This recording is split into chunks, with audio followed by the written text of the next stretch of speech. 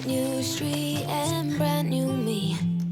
Side by friends I need. Don't you tell me that you're in town, I already know. Couple days ago. Hey, now that I have a bunch of fabrics right over here, just, you know, chilling on the floor as fabric does. Any silk fabric was my type of jam. So that's why I just have a ton of silk fabrics, which actually works out quite well for this project. The couture shenanigans all begin with applying coconut jelly paste to my scrap fabrics. Just kidding, this is actually just 4 parts water and 1 part flour that I made on the stove. This process in Chinese is called guajiang, and from all my research that I've done, you do this to stiffen up the fabric when making bias strips for both the piping on the qipao and the Pankou. Taking the advice of the Chinese aunties on xiaohongshu, the key is to apply the paste in a thin layer following the grain of the fabric at a 45-degree angle. My tool of choice is 2 old library cards, because, you know, she reads a little. I used one for scraping and the other for managing the excess paste that ends up on the fabric. Please enjoy my hand gestures that is apparently celebrating the end of our first successfully scraped fabric. Now we just kind of have to wait for it to dry. I don't know if you can see right there, it's already starting to dry a little bit, which means I applied it in a pretty thin layer this time.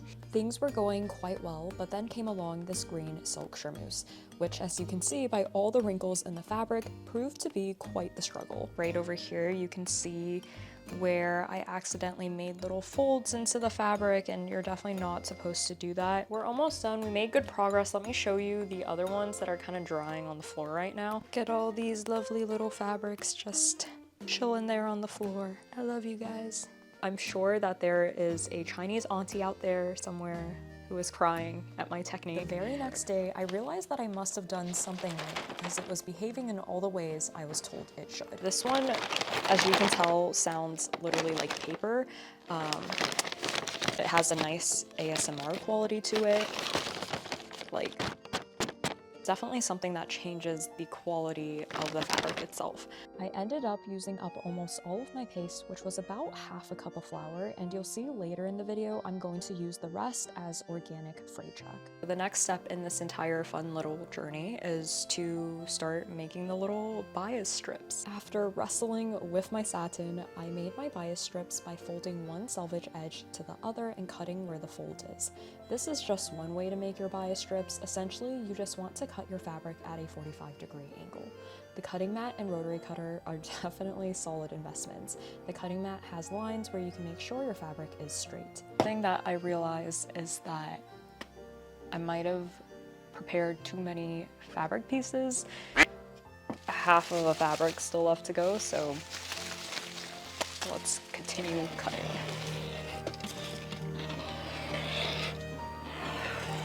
Really quick before I forget to mention, a really important step in all of this is to bond with your strips by laying on the floor with it so you build enough trust for this next step, which is to first organize your chaotic mess so you have some semblance of sanity, and then choose your color combinations to begin the strip making process. The first type is dual colored strips, because why limit yourself to a single color when you can have 2 colors? I am stitching the strips right sides together on both sides with the goal of the strip to end up a 1/4 inch wide. For the second type, or single colored strips, I fold the bias strip in half and then just stitch away from the edge. For each strip, I then cut the top at an angle, trim down the seam allowance before finally using my trusty loop turner to turn it all around. Turn it around, turn it around. There are so many other methods you can use to make the strips, but I think the sewing machine for me was the easiest way. I would like to mention that this did not go down without some tragedies. I just ripped a bias strip in half. Oh my god. The first 2 types of strips will help us make our first 2 categories of Pankou. Once I had all my strips ironed and beautiful and ready to go, the rest of the day went something like this. I don't really know what's going on here. I feel like it's getting worse and worse. Tangled. Look at my tangled mess. I don't know what to do with it. We're just gonna put this here and deal with this tomorrow because I don't wanna look at it anymore. It's too much. So through the magic of editing, we are skipping ahead to a different timeline, aka the next day, when things get a lot better. Kind of got a lot done. They are all pinned to the board, and I just went a little bit crazy last night and just started making all of them. So let me just give you a little tour of all the different types of soft panko knots you can make. Welcome to the Pankou Grand Tour. Please fasten your seatbelt and enjoy the ride. We're starting off strong with the bane of my existence, the qipao. I will say that this one was tough. So tough, in fact, I had to end up using rat tail instead of the strips I spent all that time making because the strips would not stay. You're essentially using your finger to guide the cord into various loops. This requires all your finger muscles and brain concentration to make sure it does not unravel itself because apparently that is its life mission. Once you thread the tail to the back, you can finally breathe and secure it in place with a couple of stitches. We then have my favorite and what I like to call the SpongeBob flower, also more accurately known as the sunflower, or in Chinese, taiyangkou. I will start off by saying that there has to be an easier way to sew this than whatever it was I was doing. My goal was just to get the pleats secured in place, and I didn't care how I got there. The result was a very uneven sun with pleats of various sizes, hence the SpongeBob flower. The next flower button is the hulu-kou. You're essentially doing what you did with the SpongeBob flower, where you twirl the strip with tweezers and then secure it in the back. This next one was a rosebud I pulled out of my butt because I don't remember what I did, but it looks like a rose and it looks fire. And finally, the one-line button, or izi扣, which is the most common button and probably the one we most associate with Pankou when we hear it. I will say that this one is the basis of everything. It consists of knowing how to tie a knot, which in my opinion is the hardest thing to learn out of everything we're doing in this video. But with a little bit of practice, it all starts feeling second nature. Securing the tail end did take me a while to learn, so much so I had to keep cutting the ends off and redoing it, hence why my izi扣is 1 inch shorter than what it should be. But remember the coconut jelly paste? We use that to help glue down the threads so we can securely hide the ugly bits. And finally, if you're like, Annie, I don't have time to learn how to tie a knot, I listen and I don't judge because you can just throw on a random bead and call it a day, and honestly, it looks pretty awesome. This is the finished Pankou platter, and now we have finally leveled up to get to the really fun stuff.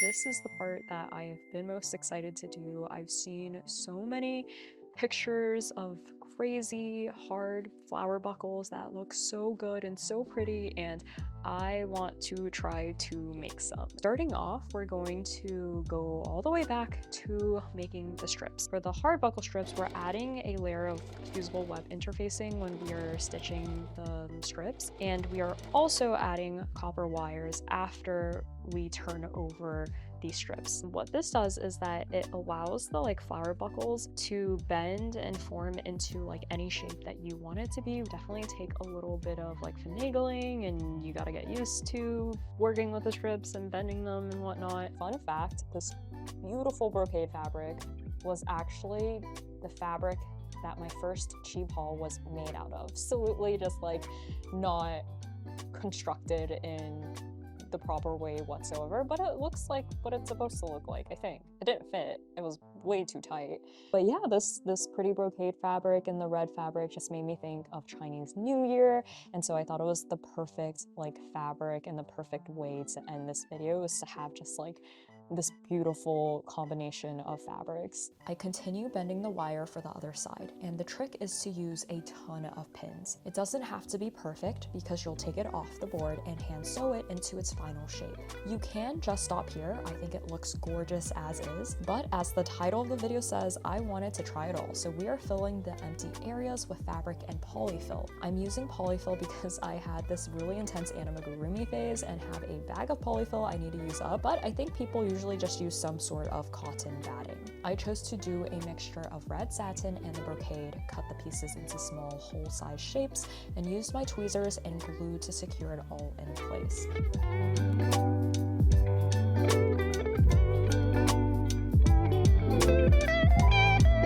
Random necklaces that broke, and so I think I might put one over here, or maybe a cluster, and then maybe one right over, oops.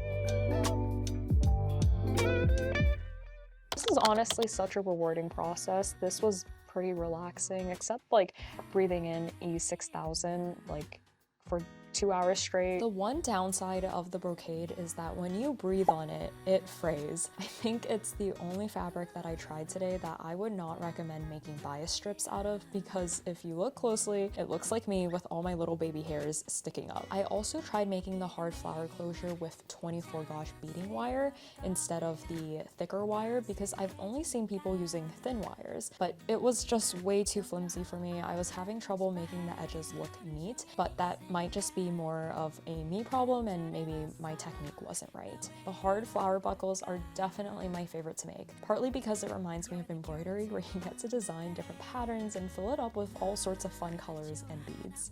I obviously have a ton of bias strips left, so I know what my craft project is going to be for the rest of the month. Also, if you want to make the backs like less like this, I've also seen people put like the same fabric on the back and just glue it down and then trim around it. If you don't want to work with glue, I know that there's another method where you hand sew the strips on, and I'm sure it's a lot less messy and neater, but that's crazy. Being able to like share what I was able to learn through this process with you all was honestly so rewarding and so fun for me. So like learn about the entire process and the cultural heritage that surrounds making Pankou. There's obviously a lot that goes into it, and I have still so much that I need to explore and want to explore. If you watched up to this point, thank you so much for watching. I hope you have a wonderful Chinese New Year and a lovely day, that you learned something new, and subscribe if you like, do nothing if you don't, but as always, keep creating with intention and love.